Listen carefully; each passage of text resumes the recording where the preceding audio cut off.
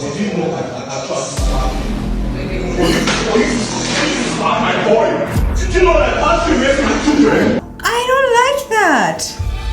That was too much. I was a teacher for 6 years and I saw hell. Hi guys, welcome to the NoGrey Table Talk. And here today I have Misha.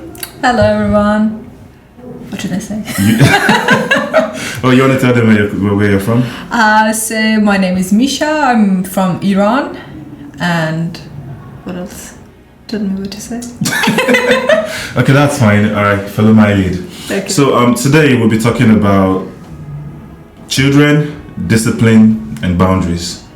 I love it. Alright, then my mom is a teacher. She's always complaining about how children are not disciplined nowadays. Awesome. My dad was a teacher and a principal, so I grew under that tough love. Oh. It was a tough love. Alright, so to unpack this, we have a video. Mm-hmm. We're going to watch that video and we'll take it from there where the conversation leads. Okay. So you ready? Yep. And don't forget, everything has to be said in black and white. It's the NoGrey. Okay. Did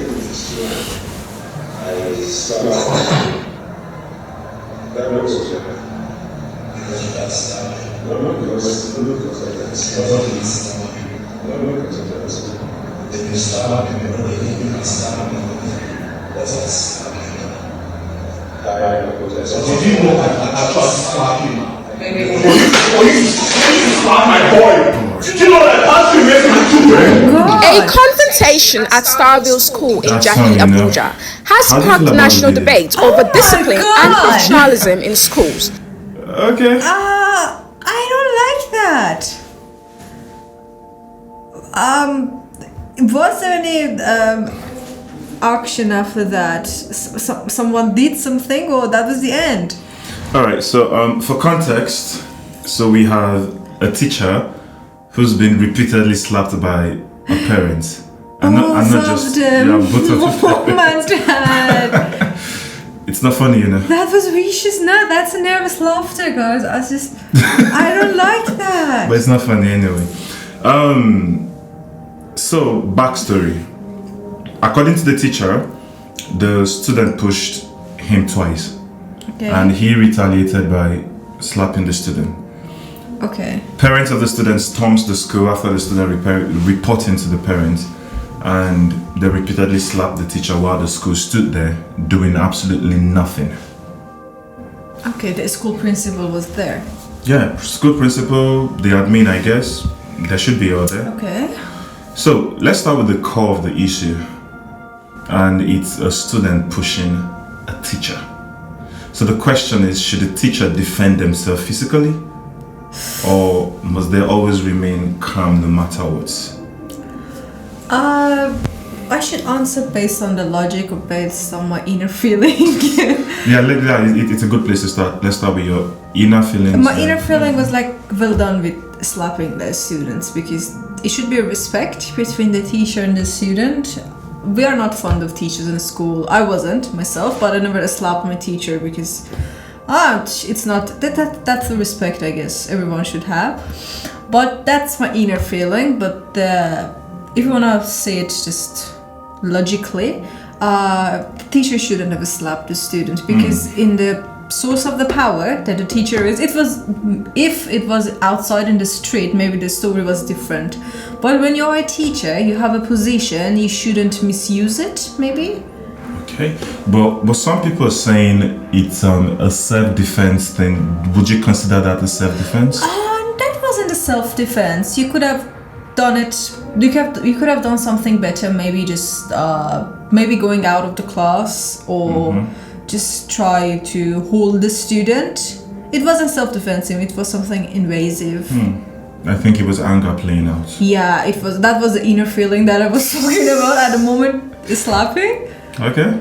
And yeah, I guess that was the first problem. But if this was a case of self-defense, or say, if this was a case of self-defense, would it be right? Would the narrative change? You know, if the case was just pushing. The student was pushing the teacher twice. If the student, I think that if the student was hitting and beating the teacher, maybe in that case we could have had self-defense by slapping back. Okay. But it was just maybe a gentle push twice. So basically, I can't look at it as self-defense. That was just a rage, I guess. Sure. I think I would agree with you on that, because if you look at it, there's a power dynamic here, like you said earlier. Yeah. You have somebody in a position to guide, and you have somebody who's being guided. Exactly. And this example just came to mind.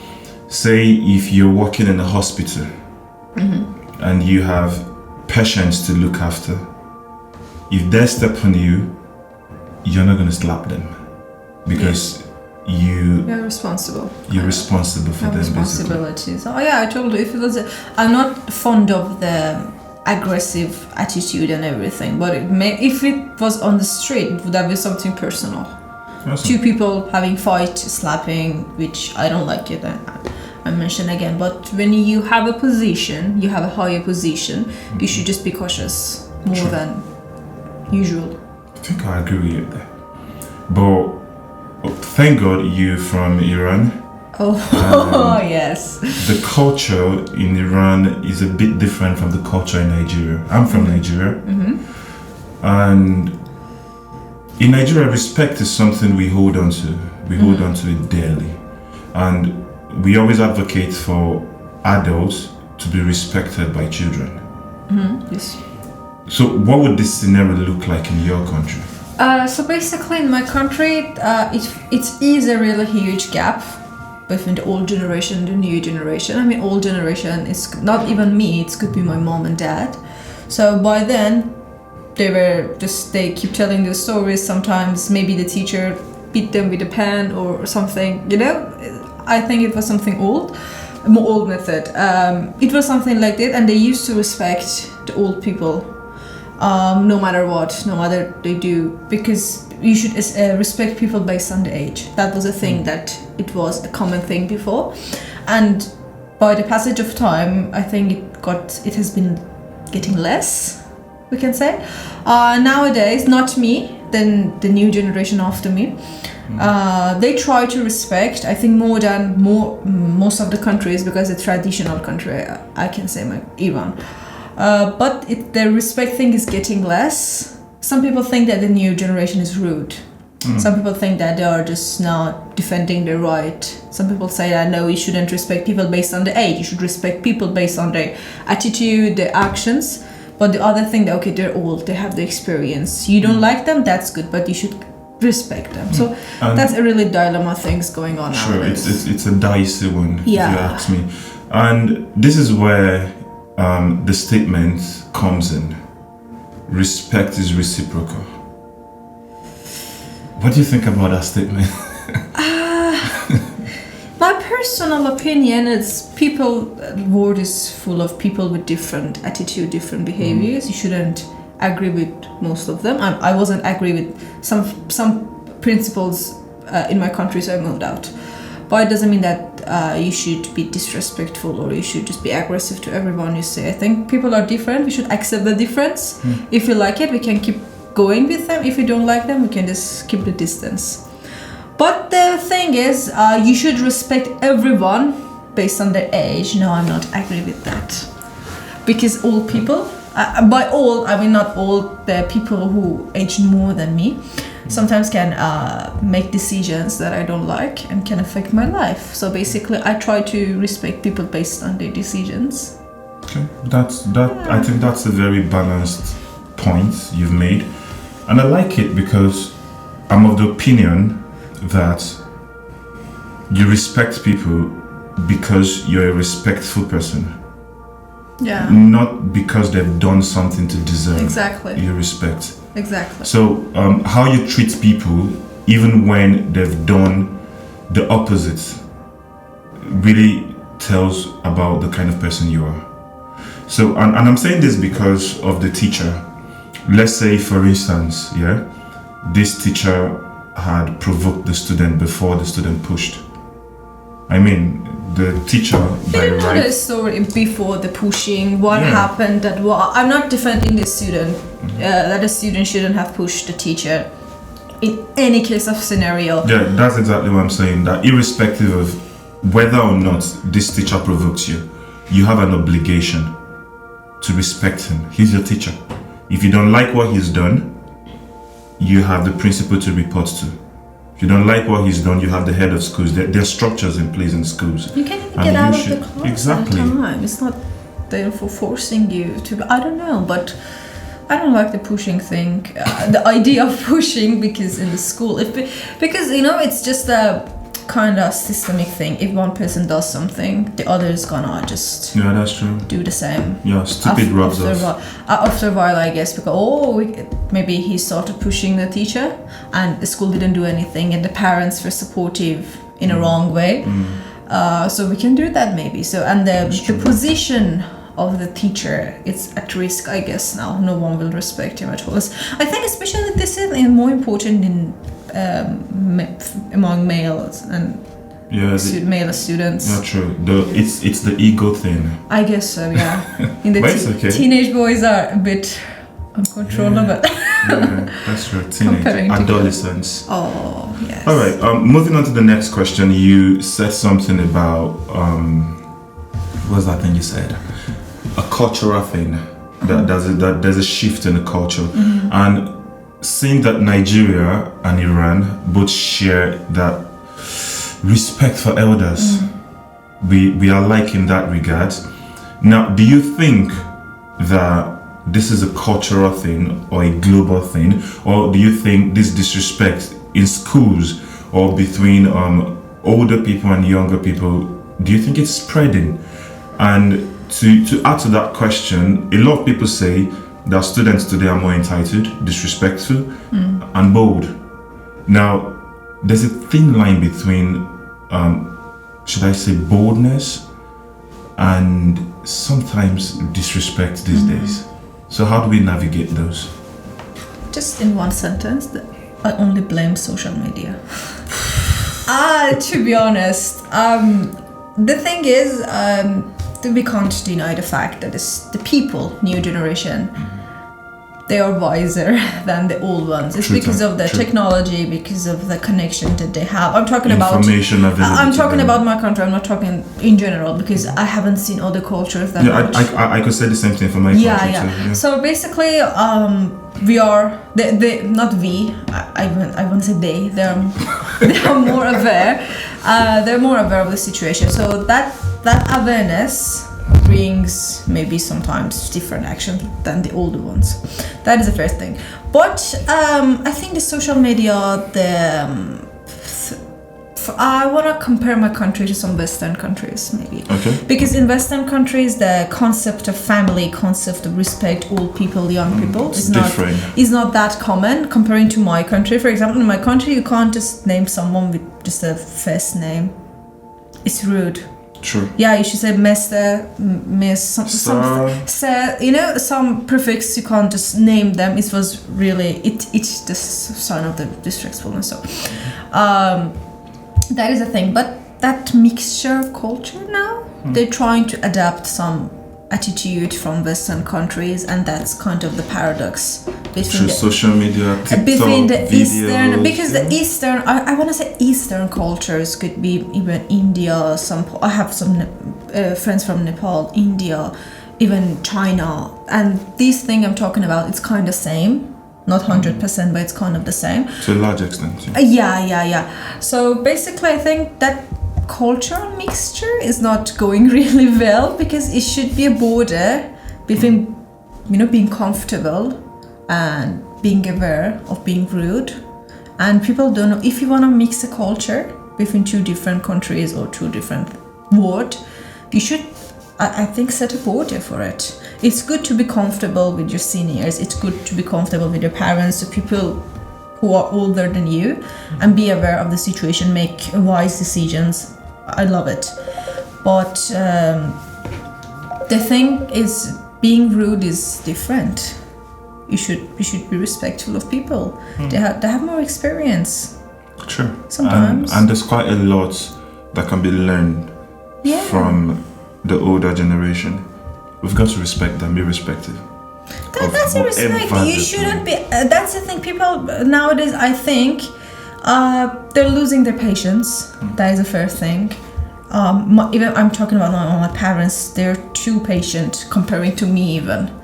So basically, people think that if you don't like the idea, you should just be aggressive or don't respect it. No, it's not the case. There are millions of people in the world, millions ideas, millions approaches. You don't like it, that's fine. Respect it.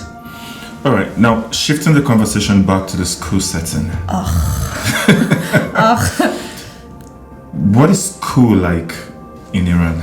So nowadays, it is divided into main two categories: public school and private schools. Yeah, same for Nigeria. Yeah, private schools are too costly and expensive nowadays. Even I just sometimes see number and like, wow, that's too much. In that school, no, you can't treat a student like that because parents are paying for everything and they're paying a fortune. So basically, in that, you're not writing your homework, so it's fine. You're not doing your assignment, it's cool. Maybe you're stressed out. I don't like that. So, but in public school, things are different. The tuition is very low, or even they're not charging sometimes. So basically in that case, teachers are acting freely, I guess. But no, the beating is just a red line. I think in my country it should be everywhere, I guess. Beating is no. All right, so some of the predictors of the situation could be depending on the kind of school that these children attend, and also the amount of money the parents are investing in the child. But in my own personal opinion, I do think there's a problem here.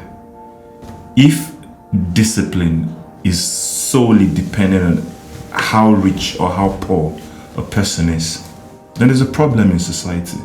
It is.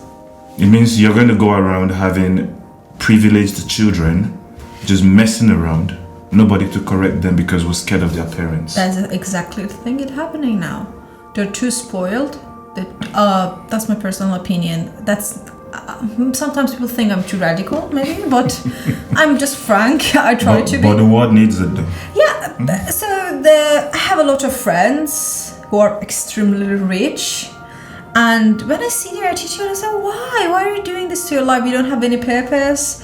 You don't have any goal. You don't have even any just a discipline in your life." And the thing is, you're not treating students equally based on the money that the parents have. You're gonna ruin the the students' future. They're too spoiled. They don't have any skills, and they don't have even they are not behaving well in the society. And that's because they think my daddy got it, so it would be handed over to me. I was a teacher for 6 years, and I saw hell. Matter of fact, a parent came down to the school and abused me. He said all sorts of things, called me names, and even asked me to apologize to the 7-year-old. But really, I didn't do nothing. I didn't do anything wrong, basically. They were making a lot of noise in the class, and I just gave them a punishment. It was just raise up your hand, close your eyes, that was it. Child went home crying, and the mother came to school and was so aggressive. So on one hand, we see teachers being disrespected by parents, and which will lead me to the next question. If you look at the way parents attack these issues, do you think our parents are overreacting? Yes, that was too much. Slapping, not once, not twice, both of them, mom and dad, that was too much. And they're doing that in front of that student, the kid, not the kid, that adolescent. Oh my God, you can't stop him. I have an idea. That was actually my mom's idea all the time. Okay. And if you don't teach your children how to treat people, society is gonna teach them or her. That is the thing. You know, there was a saying that goes, it takes a community to raise a child. But I don't think that statement applies right now. For example, while I was growing up, and feel free to share your story. While I was growing up, should I say I was too scared to make trouble outside? Because if I get in a fight with somebody, even if I end up beating them, and it gets to my dad, I know I'm receiving the cane. And my father would question you, why did you get in trouble in the first place? You're not supposed to get in trouble in the first place. So even if we have issues in school, we can't come home to report to our fathers or our mothers, because we know the kind of discipline and high standard of discipline they uphold. But do you think it's like that right now for today's parents? No, it's not. My mom, as I told, she's a teacher. She's teaching now as well. So she's been really supportive in my whole life. But I remember once I was sick. I had a really high fever. And I was like, she could see it. I was about to be gone finished, but she told me, go to school. If you can't just handle one break, for example, imagine you're gonna work in the future, you're gonna have family. How do you wanna handle your family? You're gonna be sick. You should learn to handle stuff together. Go there just for maybe one class, then I'm gonna pick you up if you have. And that thing happened. After one class, I was too sick. The principal called my mom that she can't get it anymore.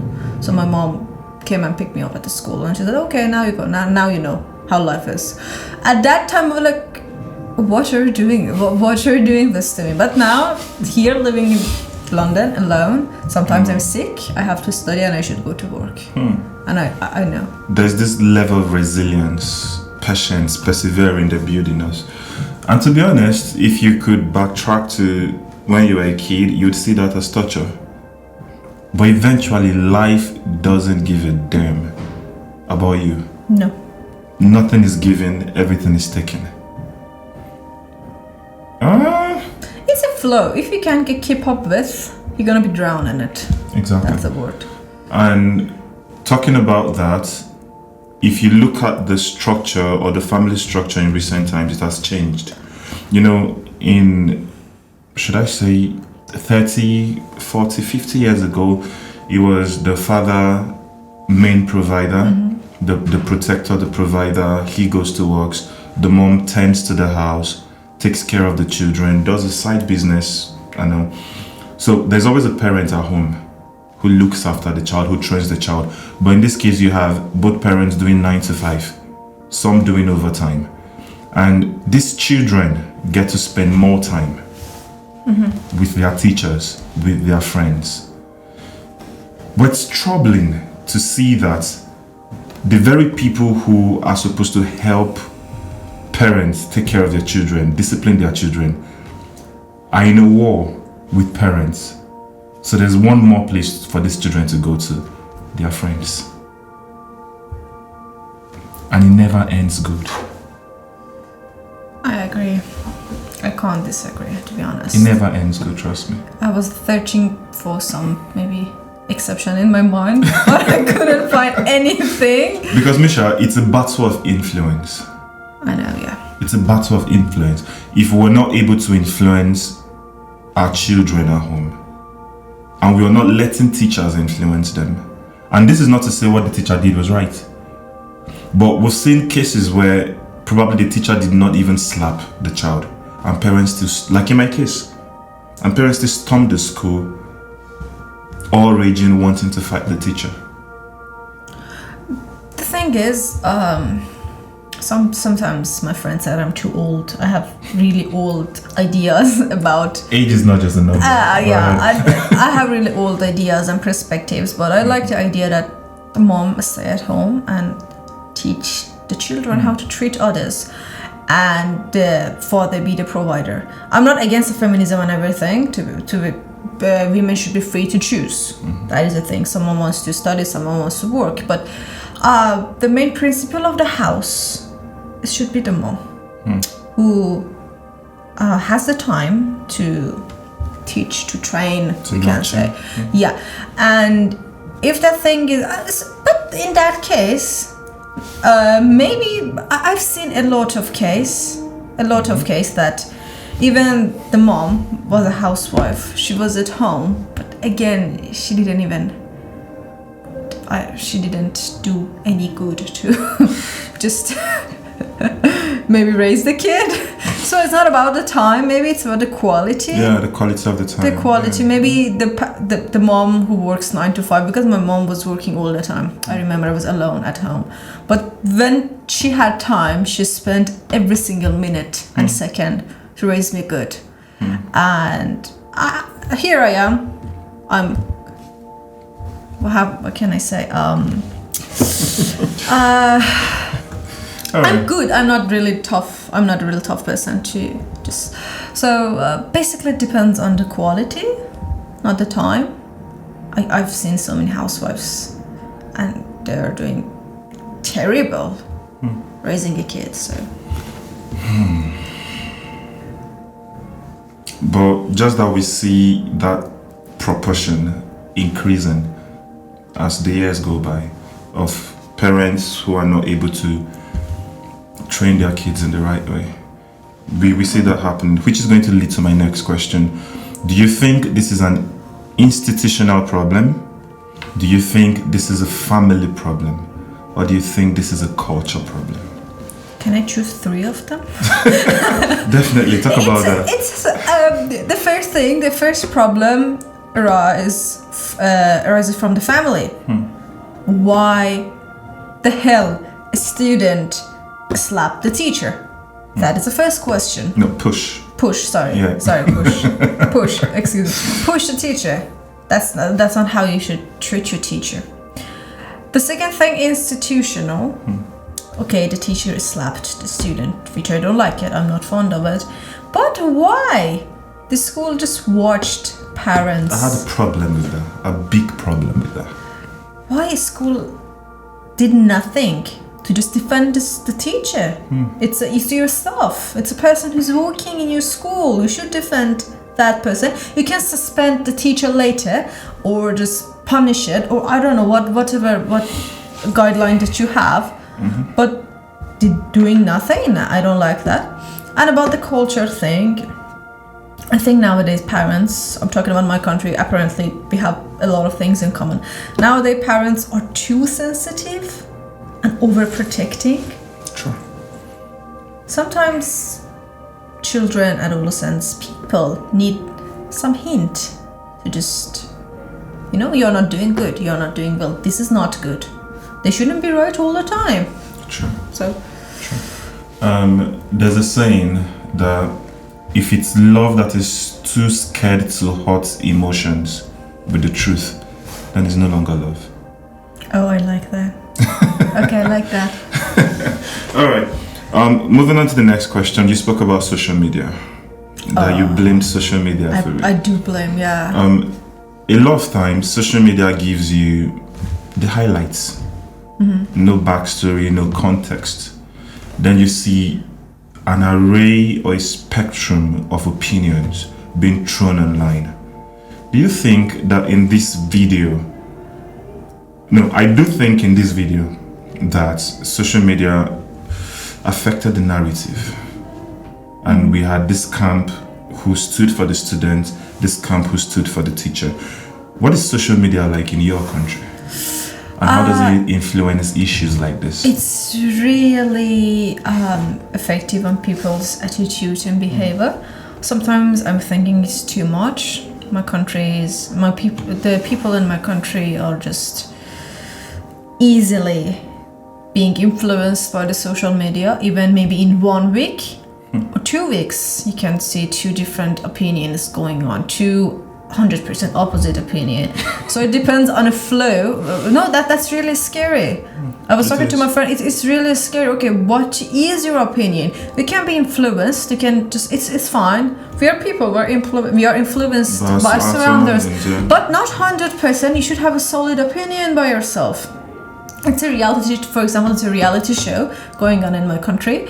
So by each episode that is played in YouTube, you can see people totally have different ideas because it's a flow, 1 week it's a positive flow, 1 week it's a negative flow, and people just keep just putting comment, or I don't like that. It could be really dangerous, I guess. It could be. Yeah, because you're making people stupid at the first place. Sorry, I'm just that honest. It is what it is.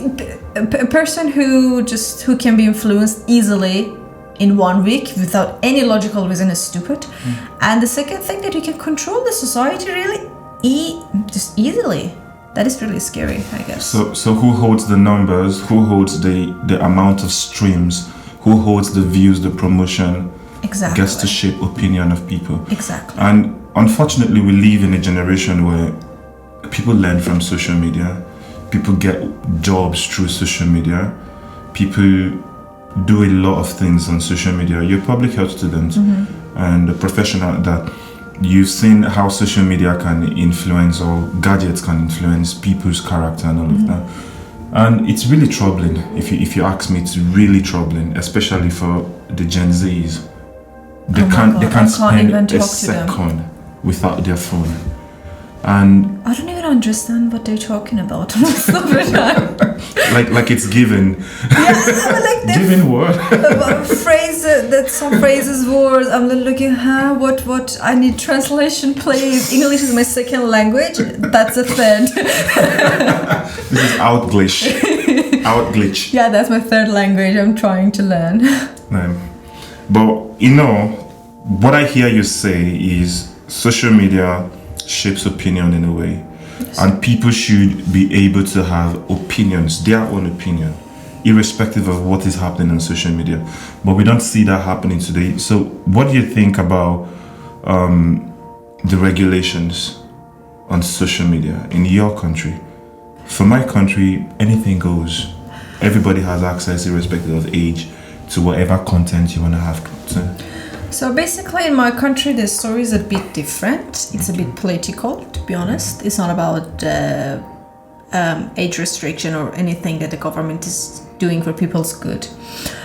So if people search my country's name, Iran is a really beautiful country, lovely culture, places, food, people. But the problem is nowadays we are banned literally from everywhere, and everything is filtered in my country. Instagram, YouTube, everything except WhatsApp, I guess, is filtered.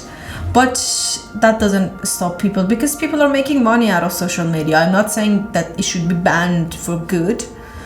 People are making money, LinkedIn, everything is filtered, Facebook. So people using VPN all the time. And I remember I spent half of my day trying to connect to server and VPN in my country. When I came here, I was like, I can open WhatsApp. Wow! In just 2 seconds. That was really impressive. So that is thing in my country, but that doesn't stop people. We have VPN everywhere. But does it reduce the number? No. I was hoping to get a different answer. So it doesn't help.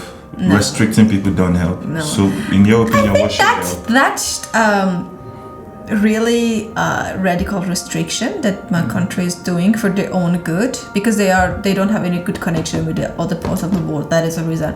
I think that makes people more curious. Okay, everything is filtered. I want to see what's inside. So is there a balance? Where's the line? Because I think both of our countries are different in this area. Whereas in my country, we have everything goes. A 6-year-old, so long as they have a phone, can access any website. Pornography, Facebook, YouTube, wherever he or she wants to go, so long as they can get there. Whereas in your country, everything is filtered, even though you said it's political. Now, it feels like we live in two extreme worlds. Yeah. So is there a balance? Is there a level of restriction that could help? I think the level of restriction should come from the family, because it could be different from person to person, family to family. So I had phone when I was 9. I remember that. But I didn't have the internet back then. And after a while, I remember I didn't have social media when I was 18. Because I did. My mom had. I used her. She never checked my chat with my friends and everything. And basically, that was a respect that we had in both a mutual respect that we had. So I never checked hers, she never checked mine. We were using the same thing until I got 18. I went to university, my bachelor, so I needed that because it was a COVID, everything was online. So that's how it worked for me in my family. But I can see that my mom's student, one of them, they're a nice family. They're living in this world, but they're raising their kids really well. So they have phone, they have internet, social media playing. But first, for example, they should do the homework. They should help at house chores. They should do the task that they have. If they have free time, okay, they can work on their phone. And the thing that they're doing, they should share with parents and the other siblings. It should be group thing, not to, they don't want to monitor or control the kids. For example, if there's a game, the all family members play together. So basically, there's no room, maybe for just doing extra thing that is not appropriate for the kids or the age restriction, something, and everyone is engaged. Okay, I like that. But on the other hand, we just literally spoke about parents. Should I give a number? So 80% of parents in our days right now are a mess. I'm sorry.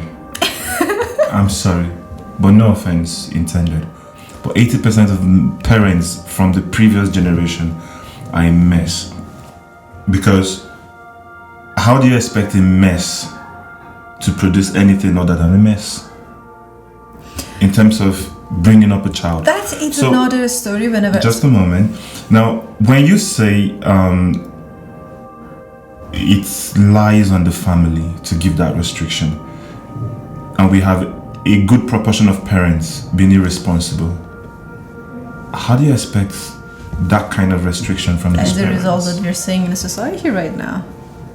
That is my idea, always saying don't have kids when you're not able to raise it. They won't listen, I'm sorry. Because if you want a restriction from the government or maybe other places, there's always a way to escape from that restriction. I'm telling because in my country everything is filtered. Everything. You can't even have the iPhone mobile in your country. You should have a SIM card from abroad and it's not registered and everything. You go in a street, 95% of people have iPhone. So basically, they find a way to just... So, I want us to move from this conversation. However, let's find the middle ground. In my opinion, I do think some level of restriction is okay, institutionally, on social media, especially when it has to do with... I think that the UK has done recently, right, about a pornography website. I read it somewhere that is you should be 18 or 21, I don't know the age over, and to check that you should have the bank statement. They check from your bank or your detail. It was something really nice. I read, I was okay, that's I like good. it. I like it. That was really So we are agreeing right now that some level of restriction is okay, but on the flip side, when you try to carry out that radical restriction, it only pushes people to become more curious. Yes. So when policymakers, government officials, even parents are trying to design a form of restriction, they should bear in mind, is it too extreme, or is it too loose? All right, moving on. With everything we've discussed, who do you think carries the most blame? Parents. Straight up, parents. Parents. Yeah, parents. Parents. They shouldn't slap. Oh my god! I remember the movie. That was so vicious. Not once, not twice, not 3 times. Oh my god! Both of them. 4 times. Both of them. The mom and dad. In front of others. I'm thinking about the teacher's ego. Now it's gone. No confidence. And I also heard you mentioned the school, the complacency of the school. Going forward, what do you think the school should have done differently? Basically, when the father at first tried to, I won't even attack because that was attack. It was an attack. They tried to attack the teacher. School 100% should have supported the teacher and stopped the parents from abusing. That was abusing the teacher. and maybe just kind of expelled the student because of his father's and parents' behavior. Or maybe after that, maybe some suspension, 1 week suspension, 3 days suspension for a teacher, or maybe 1 month salary reduction. I don't know what is the guideline in your country. So because the teacher shouldn't have slapped the student at the first stage as well. No matter what. Mhm. Yeah, and that would have worked well. So basically, it's your staff. He's working for your institution. You should support it, no matter what. I think on that I agree with you totally. And we've seen how just a tiny incident, very minute one case incident, can expose the failures of our family systems, our institutional systems, and the culture at large. It's a shifting culture. And yeah, thank you for... It's really scary. Yeah, it's to scary. be honest. It's I'm scary. really scared of the new generation. Scary. Before you correct a child in the classroom, you have to think twice. And that's... Hope his parents are not in the military. Think twice before Just have to think twice. The moral part of the story, think twice before having a kid. Thank you. That's true. And also think twice before applying for a teaching job. Oh my god, that's true. Don't do that. So basically, before you do anything, think twice. Yeah, that's it. Make sure you're up to the task. Make sure you're emotionally You have the capacity. stable or mentally capable of carrying out that task. I do agree. So, thank you, Misha. Thank you for having me today. That was my first experience of having a podcast, and that was nice. That was really enjoyable for me. I liked it. I liked it. Yeah, that was nice. All right. So, Thank you for having me. our listeners, we'd like to see your opinion. So you can type in the comment section. Let's carry on the conversation from here, and let's see where you stand. Are we witnessing an institutional issue, cultural shift, family gaps, whatever it is? Let's talk about it some more. And if you keep quiet about something, it makes it worse. Lend your voice. So this is the NoGrey Podcast, Table Talk, and see you on the next edition. See you guys. Cheers. Bye bye.